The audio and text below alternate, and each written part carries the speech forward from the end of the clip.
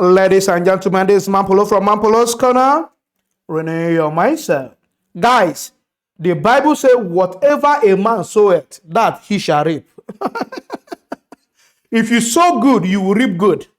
If you sow evil, you will reap evil. Evil don't catch up with Ike Ekweremadu, Senator, ex-Senator Ike Ekweremadu, because he can never be Senator of Nigeria again. Because he's an ex-convict. As Senator Ike Ekweremadu, as convicted Senator Ike Ekweremadu, if we don't catch up with that. You know, last year when he first entered this trouble, go and check my video. I told you people, you see this trouble when this man enter with a wife for UK. You see this trouble when he enter, you know go funny. I know the country where I did. It is a year in Nigeria. Now in Nigeria, when you dey one go things, you go scot free. No, now this country that they talk say there is rule of law. Not be Nigeria when you come from. When I get law, when they rule. Not be anytime. If you be big man, you bend them. If you rich man, you bend them. There's law for poor people in Nigeria. There's law for rich people in Nigeria. There's law for middle class. We not even got middle class. Because the country is confused. Now Nigeria. Big man go do something, thief, koro. Thief poor people money, billions, trillions of naira. He go still go scot-free. Now Nigeria, a very rich man go just for broad daylight, they go murder poor man pikin. Kill poor man pikin like as they do for this election. And this election when they do everywhere for Lagos especially. Kill people, kill Igbos, kill everybody. Nobody will talk about it because now rich man killed them. Not only Nigeria, those nonsense they happen. No matter who you be, misbehave now. No, just say you be Abi Ashiwaju, Abi Tinubu, Abi Buhari. Come UK here, come slap small boy. Small boy won't be 5 years. Just slap him. The prison when you go, say you touch her like this, not be even slap, push her. Make you know that they call assault and criminal record for this country. You think I'm joking? Most of the time when they talk to the people, I say, we do they talk. I say, go do somebody like this, or spit on somebody, or just push them. You will know what is called criminal offense in this country and assault. You understand what it is. And you know what is called prison. and criminal record. They will come and give you wotum. Not only in this country, because say you drive anyhow, you go get criminal record. Because you drive your car when you get to, you go become a criminal because you drive rubbish. You become a criminal in this country. Driving. Only driving your car can give you criminal record. It can make you be a criminal in this country because you drive your motor. Let alone you go carry somebody, say you want harvest in kidney. We want an impunity. You want harvest in kidney because say now poor man picking. Now why you not carry one of the senator daughter, senator son? Come take you translating or transplanting kidney to your daughter. Why you not carry one of your colleagues, one be senator son or daughter? Poor man now go still suffer.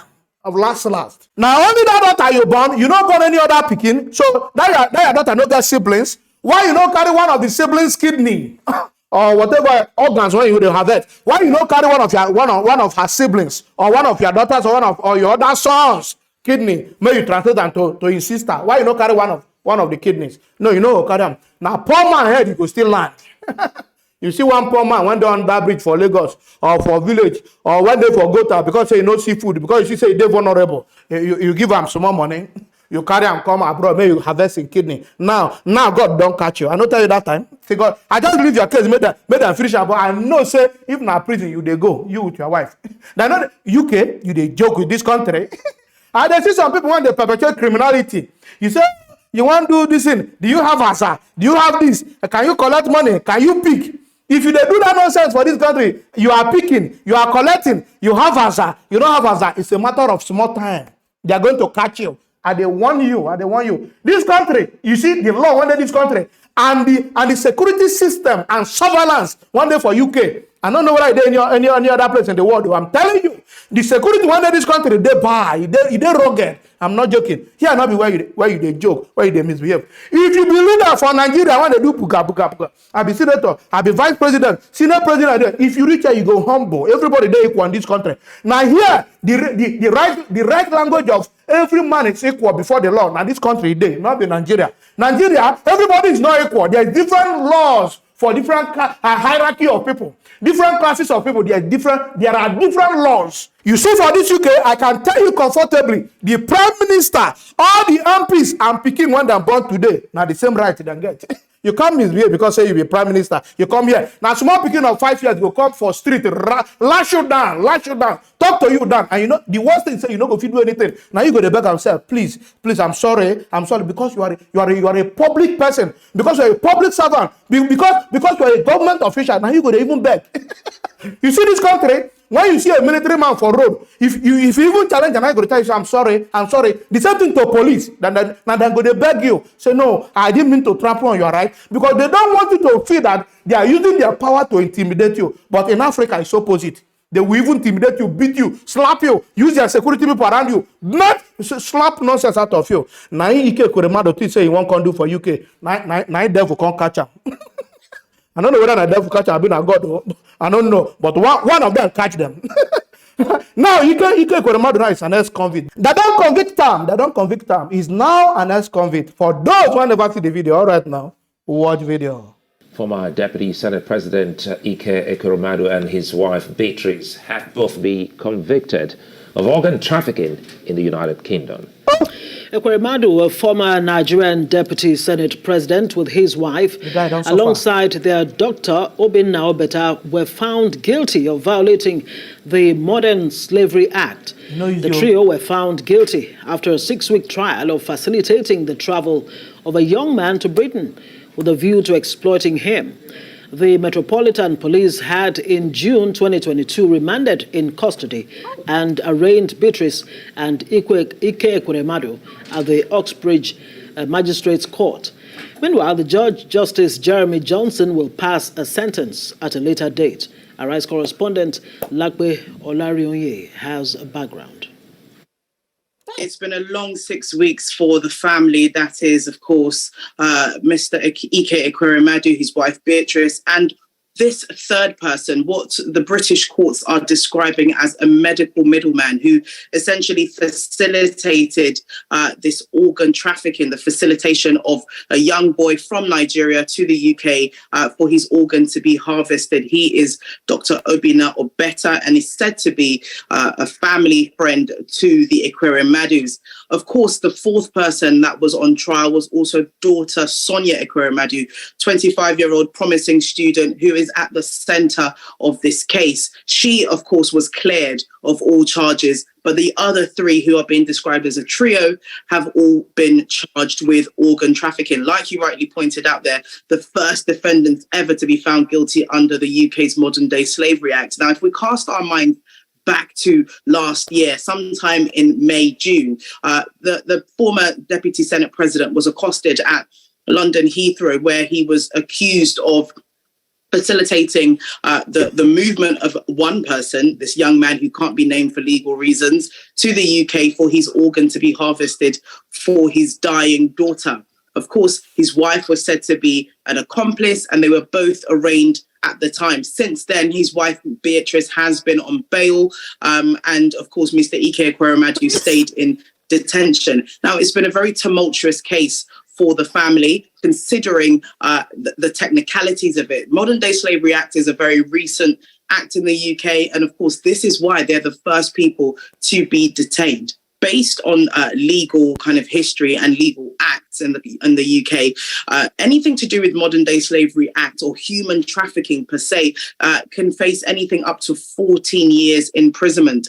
So far, there are a lot of complications around this case, considering they aren't been found guilty of human trafficking. They've been found guilty of organ trafficking. And I've spoken to several lawyers who have told me that actually their case falls more into the Organ Tissue Act, which is where somebody's organ is, of course, harvested, which is what they've actually been found guilty for. That sentencing could be far different. They could face anywhere from 12 months to 3 years. And of course, we know that Mr. Ekweremadu has spent nearly a year in detention, but we won't know the exact sentence until the 5th of May. But whichever way it goes, it will be something quite lengthy. What?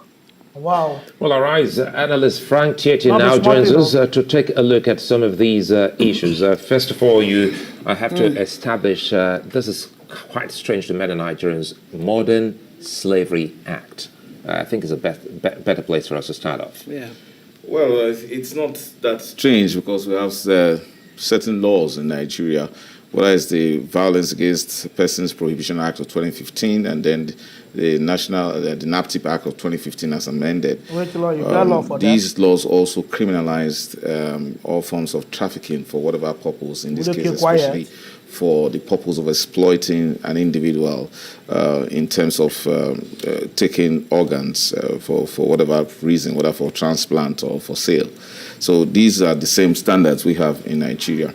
Why this is coming in this manner, it's because of the high-profile nature of the personality, and then to also think about the African empathy that is spread across this, thinking that these are parents who are trying to save their daughter. Of course, and unfortunately, the British court did not see that as any point in any way to mitigate the accusations against them.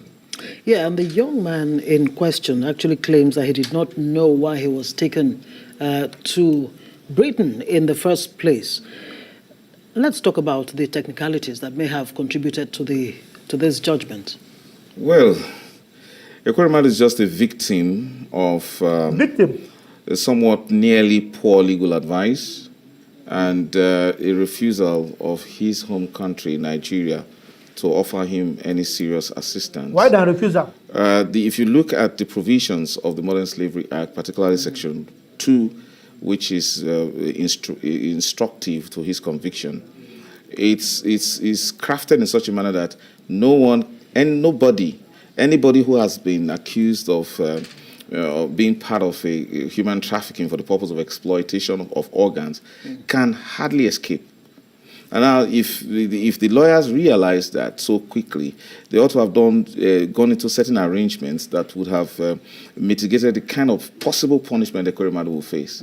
Ekweremadu is likely, if he were to be convicted, if he's convicted, I haven't seen the judgment, but from the reports that I've read, if he's going to be sentenced based on the provisions of the Modern Slavery Act, it is likely to go for life imprisonment. Except because Section 2 of the law provides that irrespective of consent of the person involved, life imprisonment, or irrespective of the age of the person, because if you look at the time Ekweremadu was arrested, the brouhaha on the social media was that, but the guys first claimed he was a teenager, and then that's the reason why the UK authorities moved against Ekweremadu. It was immaterial, and it doesn't matter if the man even willingly consented. The way many Nigerians at that time were, at the time Ekweremadu was arrested, they were willing, they were shouting all over the place that please, Ekweremadu, they were ready to offer themselves free of charge. But we are dealing with a country that has a burden of hundreds of years of slavery that is trying to shake off, and is now using Ekweremadu as a scapegoat to say that to compensate for the past guilt that it has had. So Ekweremadu should know, and his lawyer should have known there is no way he would have escaped from this. And then he should have immediately started negotiation. The way we call it in Nigeria. Made a point, said the behavior of Ekweremadu, a successful lawyer and founder of an anti-poverty charity who helped draw up Nigeria's laws against organ trafficking, showed entitlement, dishonesty, and hypocrisy. Ekweremadu was faced with serious unfortunate times. His country was against him. There was the judge referred to the fact that there was nobody, even from his own family, that was willing to donate organ for his child. And then, on top of that, he was totally abandoned by his government. Yeah. Because in trying to do a desktop search in build up to this conversation, I realized that Zainab Aliyu, a Nigerian female student, was once arrested in Saudi Arabia for possessing drugs. And the offense for possessing such hard drugs in Saudi Arabia is death. It's a death sentence. But we also saw the spirited efforts that the Nigerian government put in. The president came into it, they ordered the Attorney General to investigate. And somehow, miraculously, the Nigerian Diaspora Commission did all it could do, and then the young woman was freed. So, but in Ekweremadu's case, we saw a country that was virtually happy that Ekweremadu was arrested. So, they made representations to the UK court that the man should not be given granted bail. That is not a good man. And on top of that, his own government initiated proceedings to seize his property back home, knowing that he could not brief a lawyer, knowing that he was in detention. That was not good. The debacle, the Ekweremadu saga should not befall anybody.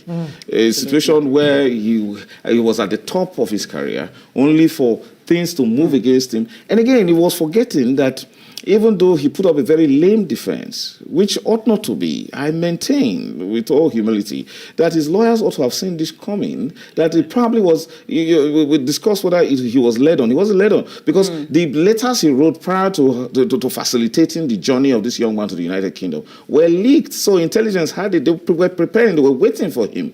And the doctors who actually reported him only cleaned up themselves, because they would have also been roped in, because the UK authorities were on top of the matter. They needed to showcase Ekweremadu to the world. But again, if you look at the provisions of certain laws we have, and if you have a flip side, and if this was happening to the Deputy Prime Minister of the United Kingdom, what would happen? So when you look at the mutual legal assistance agreements that we've had with the United Kingdom, particularly the recent Legal Assistance in Criminal Matters Act of 2016 that we had, how come that we have NAPTIP Act, we have the Violence Against Persons Act, which are laws which criminalize the same act which Ekweremadu is said to have been convicted for now.